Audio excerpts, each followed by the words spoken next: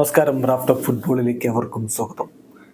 European ടീമുകൾക്ക് മുന്നിൽ ബ്രസീലിന് മുട്ടിയിടിക്കുന്നുവോ?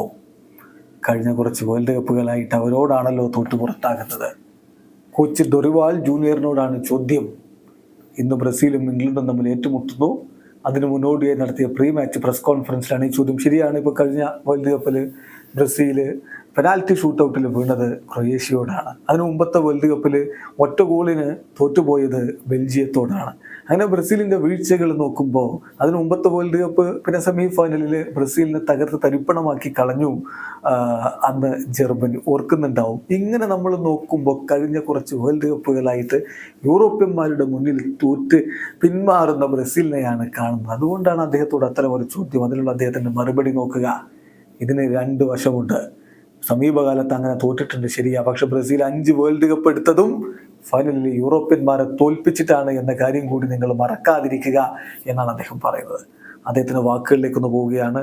Europeans Brazil ടീമിനെ eliminate ചെയ്യുന്നു, ശരിയാണ്. പക്ഷെ നമ്മൾ ഓർക്കേണ്ട ഒരു കാര്യമുണ്ട്. ഞങ്ങൾ 5 വേൾഡ് കപ്പ് വിജയിച്ചിട്ടുള്ളതും യൂറോപ്യൻ ടീമുകളെ ഫൈനലിൽ തോൽപ്പിച്ചിട്ടാണ്. അതുകൊണ്ട് തന്നെ ഈ കഥക്ക് 2 വശമുണ്ട്. യെസ്, റീസെൻ്റ്ലി അങ്ങനെ തോറ്റു പുറത്താകുന്ന ഒരു അവസ്ഥയുണ്ട്. നമ്മൾ അതിനെക്കുറിച്ച് സംസാരിക്കേണ്ടതുണ്ട്, കാര്യങ്ങൾ മനസ്സിലാക്കേണ്ടതുണ്ട്, എറേഴ്സ് എന്താണെന്ന് തിരിച്ചറിയുക, എന്നിട്ട് കൂടുതൽ ബെറ്ററായിട്ട് നമ്മൾ തന്നെ മാറുക. അതാണ് ഇതിനെ ചെയ്യാനുള്ളത് എന്നുകൂടി ഡൊറിവാൾ ജൂനിയർ പറഞ്ഞു വെക്കുന്നു. 2014 ശേഷമുള്ള ബ്രസീലിൻ്റെ യൂറോപ്യൻ ടീമുകൾക്കെതിരെയുള്ള പ്രകടനങ്ങളുടെ കണക്കും നോക്കുക. 19 മത്സരങ്ങൾ ബ്രസീൽ അവർക്കെതിരെ കളിച്ചിട്ടുണ്ട് 2014 ശേഷം.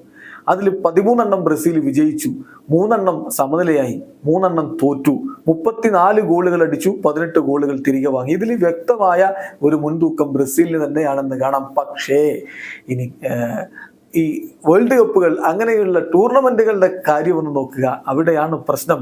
ബ്രസീലും യൂറോപ്യൻ ടീമുകളും തമ്മിൽ 2014 ശേഷം ഇങ്ങോട്ട് 9 മത്സരങ്ങളാണ് ടൂർണമെന്റുകളിൽ കളിച്ചിട്ടുള്ളത്. ആ ടൂർണമെന്റ് റെക്കോർഡുകളിൽ 9 ബ്രസീൽ ജയിച്ചത് 4, 2 സമനില, 3 തോൽക്കുകയുണ്ടായി. 12 ഗോളുകൾ ബ്രസീൽ അടിച്ചപ്പോൾ 15 തിരികെ വാങ്ങി. അവിടെയാണ് പ്രശ്നമുള്ളത്. വിജയത്തിന്റെ കാര്യത്തിൽ സ്റ്റിൽ ബ്രസീൽ ഒരു വിജയം മുന്നിലാണെങ്കിൽ പോലും പ്രധാനപ്പെട്ട നോക്കൌട്ട് സ്റ്റേജുകളിൽ അവരുടെ മുന്നിൽ വീണിട്ടുണ്ട് എന്നുള്ളതൊരു യാഥാർത്ഥ്യമാണ്. എന്തായാലും ഡൊറിവാൾ ജൂനിയറിന് മുന്നിൽ വലിയൊരു ടാസ്ക് ആണുള്ളത്. അത് ഇവിടെ തുടങ്ങുന്നു. ഇന്നത്തെ മത്സരത്തോടു കൂടി തുടങ്ങുന്നു. വീഡിയോ അവസാനിക്കുന്നു.